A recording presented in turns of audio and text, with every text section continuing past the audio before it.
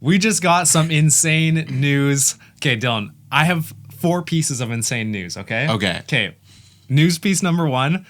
I went to the chiropractor. He told me I have the worst posture ever, so I need to do an exercise that looks like this. Was it on video that we talked about the chiropractor? Yeah, I think so. Okay. Yeah, okay. So I have to do an exercise that looks like this. So if I do that throughout the video, I'm not trying to touch. News number 2, I watched a dude with one arm this morning KO my someone. Dad sent that to me. Yeah, on one championship. So shout out to... He's Canadian. He's Canadian as well. That's hype. And then the last thing... So that's only 3. Oh, no, sorry. The last personal thing to me, and then we'll get on to the real news. I ate a rotten egg this morning, so I might throw up, but yeah. You're going through it, man. I'm going through it. So, and then the other piece of news, 314 got announced. So that's like kind of low down on my list for excitement things, but we're here to talk about it. Dana just had a field day last night announcing news. Ilya's up to lightweight, which means that it's Lopes versus Volk for the featherweight championship in the main event of UFC 314. No interim belt, straight undisputed championship. I get it. Look, I respect it. He's chasing Makhachev, which I like. He was probably wanting the double champ fight, like champ versus champ, which would make sense. But I guess the UFC couldn't make it happen. So he said, well, I'll just move up anyways and force your hand. So respect. He's chasing what he wants, but we have a video coming up. Let's just hope he doesn't turn out like Conor McGregor. That's my fear. Yeah. It's the similarities. Like, we'll leave that to Alex Taporia. He can be McGregor. All right. So we're going to break down the entire UFC 314 card, what we know so far. There's been some fights shuffled off of it, but there's been a lot of new fights added onto as well. Obviously, the headliner, Volkanovski versus Diego Lopes. What were your initial thoughts on this fight? So I have 2 main things with this fight. First off, it's a closer fight than Volk versus Taporia, and it's also a fight that we haven't seen before. It's fresh, it's new. You know, we have the GOAT of featherweight versus the biggest rising star in featherweight right now. You know, it's a clash of the two. You know, Volk's on this downward skid, Lopes on the upward skid, you know. But my biggest worry with this fight is just knowing that Taporia already knocked out Volk pretty easily. You know, if Volk goes on and beats Lopes, featherweight is just a division of Taporia's like sloppy seconds. You know, the guys that he already finished. You know. Yeah. So it's tough because that's internally. Then you have to root for Lopes. You know, to be like, you know what, he could have beaten Taporia because you don't know then. Right. You know, but if you have Volk as your champion, he already lost. Yeah, I think this is a much better matchup than Taporia versus Volk 2. As much as I thought that it was going to be Taporia versus Volk again, I'm happy that we got this instead because, like you said, it's something fresh. We haven't seen it before. That's what we all want as fans. You know, we want new matchups and something that, like, you're looking at it and you're like, okay, Volk is 36. He would be the only person past 35 in these lower weight classes to win a belt. So that's like a huge storyline. Mm-hmm. And then Diego Lopes, like you said, is on this huge win streak and, you know, probably has the most hype in the featherweight division right now. So 2 colliding crash courses. I don't know who to pick on this fight. Like, Volk obviously has the more well-rounded skill set and he's just better in general. We've seen Lopes gas out after 2 rounds, honestly, after 7 minutes. Like, he has 7 minutes of great fighting in him and then it kind of falls off a bit of a cliff. His first round, awesome. Yeah. But even if we look at 303, Dan Ige, you know, gassed out. Yeah. Brian Ortega, pumping him in the first half of the fight. You know, we're looking at the first 7.5 minutes. Looked unreal. Second 7.5 minutes. It's pretty even. Yeah. You know, so it's tough because you're going up against Volk with some of the best cardio in UFC history. Yeah, that's the thing. Volk in a 5-round fight. So dangerous. Yeah, you can't beat him in a decision. You can, like, Holloway couldn't do it 3 times. The only way Taporia did it was to knock him out. And Makhachev, it was close. Yeah. He was a weight division up. So is Diego Lopes really going to beat Volk in a decision? I don't believe that's possible at all. I think Volk is going to take this. Like, early prediction, I would have Volk by decision or maybe like a 5th round TKO when Lopes is just dead. Yeah. He's just dead tired. Yeah, I think that this is one of those fights that, you know, we love on Dawson's Corner to rival in the main event, you know? So if you're like, it's one that we're going to have to not pick the same guy, You know, maybe come day of predictions, we pick the same fighter, but in the build-up, we're rooting from opposite sides. Yeah. So you're taking Lopez, you think? I think early time, it's Lopez versus Volk. You know, you want Volk, I'm taking Lopez. All right. I could see Lopez early round KO. And I'm going to ride that meat up until 314. Oh, great. All right, let's move on. We got Michael Chandler versus Paddy Pimblett in a 5-round co-main event. Who does a 5-round fight favor here? Chandler. We haven't seen Paddy in 5 rounds inside the UFC before. Mm-hmm. And he's also fat. Yeah, I'm interested to see how good his cardio holds up over 5 rounds, because he obviously doesn't train as hard as maybe a Chandler does in terms of cardio and weightlifting. So that'll be interesting. But it's also, I think this is great because Chandler finally has to face an up-and-comer.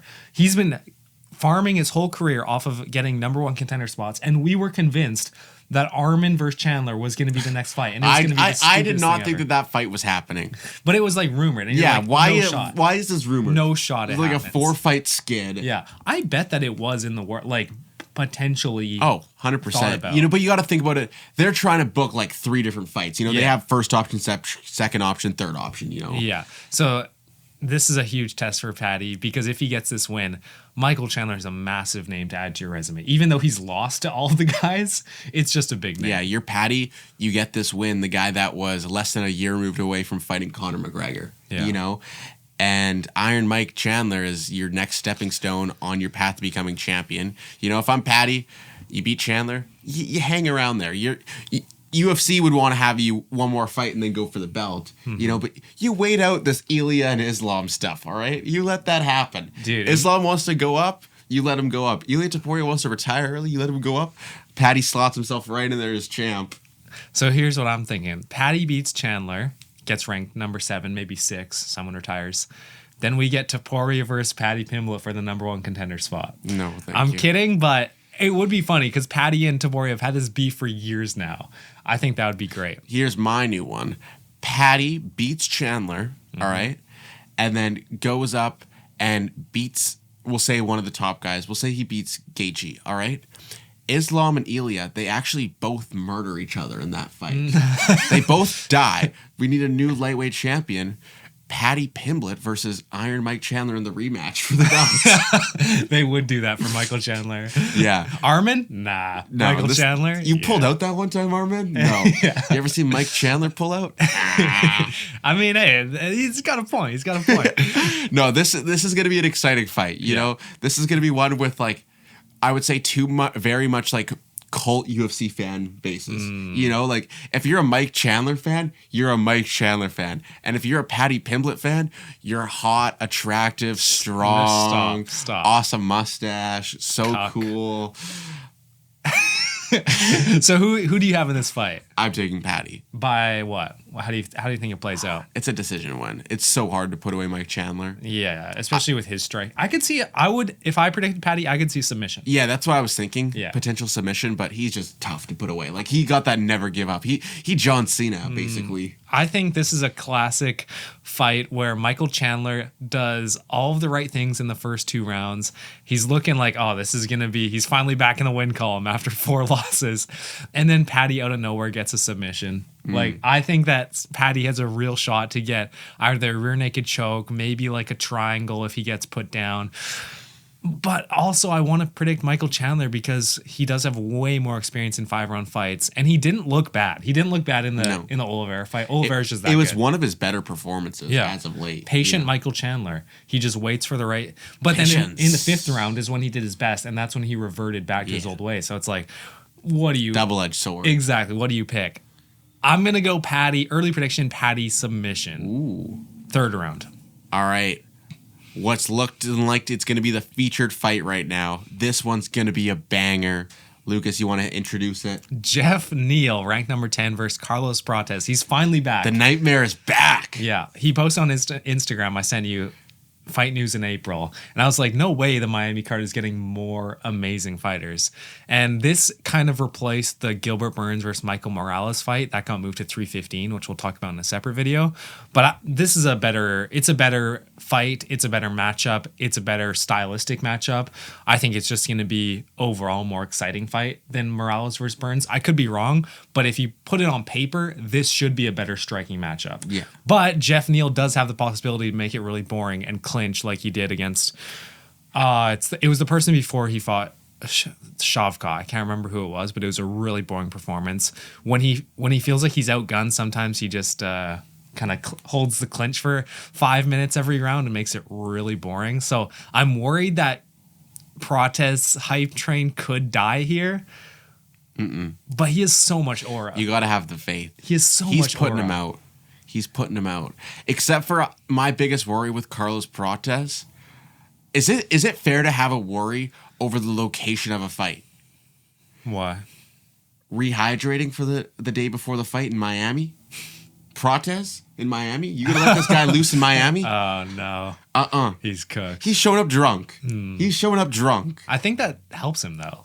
Honestly, like a little buzz might do him well. I think that might help. I think this is just like another great matchup. You know, like this is a card with really good matchups. You know? I think we've talked about this fight. Like this was a great striking matchup to give Prates. Yeah, if you didn't want to go all the way and push him up against someone like a Sean Brady, you know, higher up, this was the fight to give him. Yeah. You know, if you want to be a little bit more conservative, while the top of welterweight is so weird, you know. Stay calm. Let him fight Jeff Neal. Let him go through the final boss of the gatekeepers before he enters the top of welterweight. Yeah, this is a perfect matchup to see exactly where he's at because Jeff Neal's a great fighter. He got that TKO win over RDA in his last fight. It was an injury, but he was piecing him up anyway. So this would prove that Prates is a legit name in the top 7 because if he gets a KO especially, like Shavkat was getting pieced up by this guy. So I'm excited. Real good. It looks good. All right, moving on. Some light heavyweight action. Number 8 ranked Nikita Krylov versus number 11 ranked Dominic Reyes. Lucas, tell me about it. He's back. Nikita Krylov back from the Shadow Realm. Fights once every 2 years. I was kind of thinking, I don't know if I've ever watched Nikita Krylov fight. Oh, it's been so long. And it was probably on some random fight night 2 years ago. Light heavyweight fight night classic.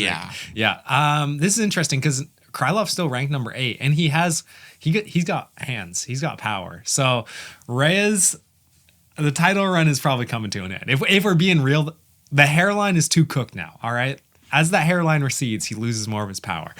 So I'm worried for Reyes in this fight because it's going to be one of those matchups where Reyes just doesn't adjust. He just throws the same thing, like Anthony Smith. He throws the same thing over and over and over again, and against a low-level opponent. Sure, it works because Dominic Reyes has a good build for the division. He's defensively okay, but Nikita Krylov, I think he just has too much power. So early prediction, I'd go Krylov.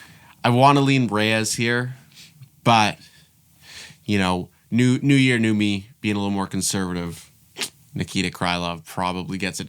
The power, but the layoff. You know, it's a tough one. That's true. It's a tough one. Reyes has been active, so I think that does help. He has been dogging it. Yeah. And he does have some power, you know? Yeah. He's not weak. It's light heavyweight. Anything could happen. Obviously, we will be rooting for Dominic Reyes. Yeah. But realistically, it's probably as Krylov. prediction champions. Right, of course.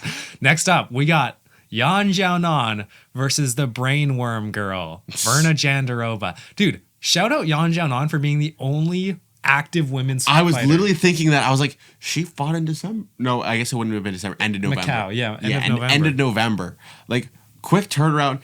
UFC must love her. Still a number 1 contender. She's been the number 1 contender for 3 fights now, and she's willing to risk her spot. Yeah, but the thing is, she ain't going to fight Zhang Weili again. I think after this, if she waited out, she would get the title shot. Especially with Suarez getting...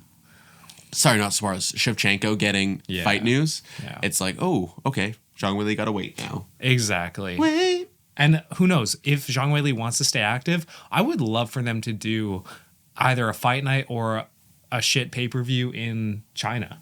Yeah. Macau was unreal. And if they had a Chinese headliner, I think it would go even more crazy, you know? Zhang Weili and Yang Jianan versus Ming Yang Zhang. That is a matchup to make, for sure. I'm taking Zhang Weili and Yang Jianan. I have Yan Zhan on this fight. Yeah. She is so good. Like, if Zhang Weili wasn't there, she'd be champ right now. 100%. I think she's better than Suarez. I think that's an interesting fight to see. Yang Jianan versus Tatiana Suarez. But I'm so sold on Yang Jianan. Huge frame for the division too. Tall, great kickboxing, great hands. I'd say the wrestling could use a bit of work, but it's not bad. It's not awful. It's not bad for a women's fighter. You can't really ask much more than what Yan Jianan has. Yeah, she was able to evade getting submitted. Yeah, by technically she never got submitted. She woke up. Yeah, she's good at waking up. But yeah, I'm totally sold on Yang Jianan. Yeah, so. And then after this, the card does fall a little bit. The biggest fight you have after this is Jim Miller, Chase Hooper. I'm excited for that because we've kind of talked about this fight a little bit, but Chase Hooper is just collecting Infinity Stones of old heads. Yeah. Which is pretty funny. And of course, you'd have to lean Chase Hooper in this. But there's always the chance. Yeah, there's always the chance. You never know. But Jim Miller does not look good on the feet anymore. Yeah. We got Cedrigus Dumas versus Michel Olejniczak. Yeah. That's decent. A middleweight fight that is either going to be good or just terrible. Yeah. There's no in between in that fight. Yeah. Otherwise known as Lil Uzi. Yeah. Oh, also Dan Ige, Sean Woodson got announced. We were going to talk about that. I forgot about that. It's the last fight we're going to talk about, and it's a great Dan fight. Ige finally getting his love from the UFC for taking that 303 fight on short notice. He took that fight against Diego Lopes, gave a decent performance on 4-hour notice, and then at 30 whatever fought. Was it 8 that he fought Lerone Murphy? Feels like it. Yeah, not like it actually matters, but finally getting a favorable matchup. He fought Diego Lopes, the biggest up and rising star, and then Lerone Murphy, the biggest prospect at the time. So now he's getting a good matchup against Sean Woodson, and I'm looking for Dan Ige to put out Sean Woodson's lights. Really? Fight. Yeah. This is a complete. I mean, I think Sean Woodson is the tallest featherweight in the division right now. He's 6'3". Dan Ige gets in the pocket, though. I know. He's such a good boxer, but I am leaning towards Sean Woodson. Ooh. I think that Sean Woodson has a lot of momentum right now. He's coming off a big KO win in the first round, and he's rangy. He's similar to Lerone Murphy in the fact that he usually has the range advantage over his opponents. But Dan Ige, I think he did do really well against Lerone Murphy. It was close. It was a close fight. He won the first round, and the third round was closer than you would have liked to see. So he has all the potential to gatekeep someone like Sean Woodson. Dan Ige is the perfect guy to just barely filter out the bad guys from the good guys, So it's going to be a tough test for Sean Woodson, but Dan Ige just does not have a lot of momentum going for him. That is true. 2-fight loss streak, maybe even 3-fight losing streak. I think he had won the fight before Lopez. Yeah, he might have. But that's going to wrap it up for us today. We are pumped for 314. This is just banger matchups. The matchmakers really cooked here with you may not have the name value as some pay-per-views, but just the quality of fight here is unreal. Capped off by the main event, Volk versus Lopez. Go down to those comments. Let us know, is this new main event better than Volk versus Ilya? I think we personally think that it's a better matchup. Yeah. While you're down there, make sure you guys are also liking and subscribing. We appreciate all the love and support, and we'll see you guys next time. Peace. See ya.